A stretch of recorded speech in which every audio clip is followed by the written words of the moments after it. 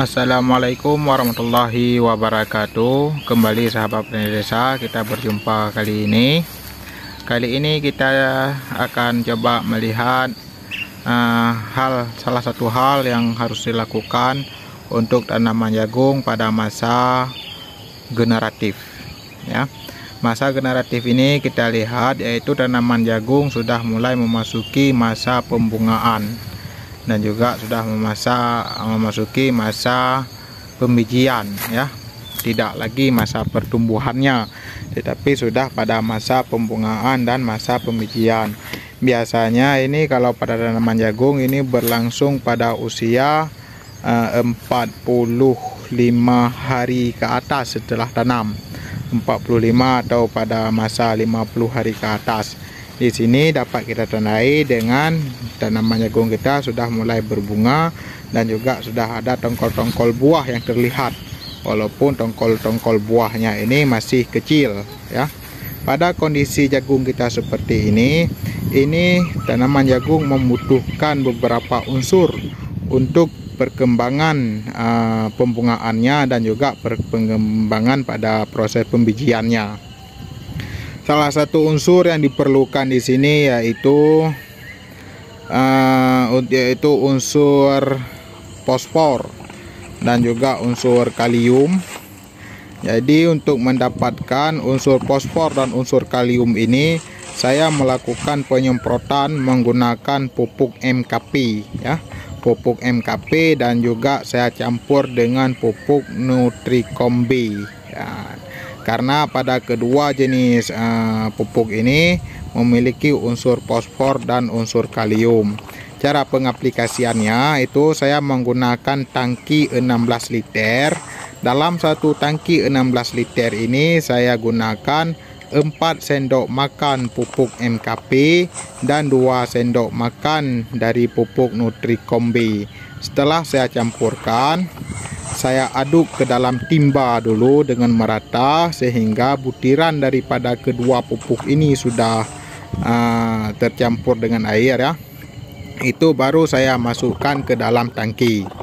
Nah, ini teman-teman coba lihat, ini saya mengadukkan pupuk MKP 4 sendok tadi saya gunakan.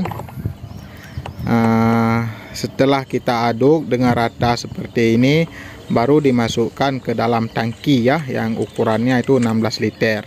Dan ini adalah Nutrikombi yang saya gunakan. Nutrikombi ini saya gunakan 2 sendok makan. Setelah dicampur, dimasukkan ke dalam tangki, baru dilakukan penyemprotan ke tanaman jagung secara menyeluruh. Itu dilakukan penyemprotannya ke semua bagian daripada tanaman jagung, baik itu pada bagian batang, ya, kemudian bagian daun dan juga pada bagian tongkolnya. Karena pada masa generatif ini tanaman jagung sudah ada tongkol, walaupun tongkolnya itu masih kecil, ya.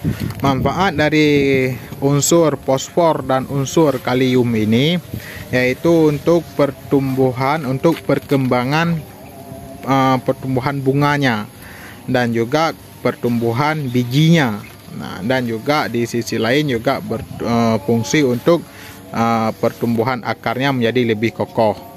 Dengan bunganya yang baik, bunganya yang bagus, bunganya yang banyak, dan juga bijinya itu yang bagus, ini membuat kita dapat mencapai hasil panen yang maksimal nantinya.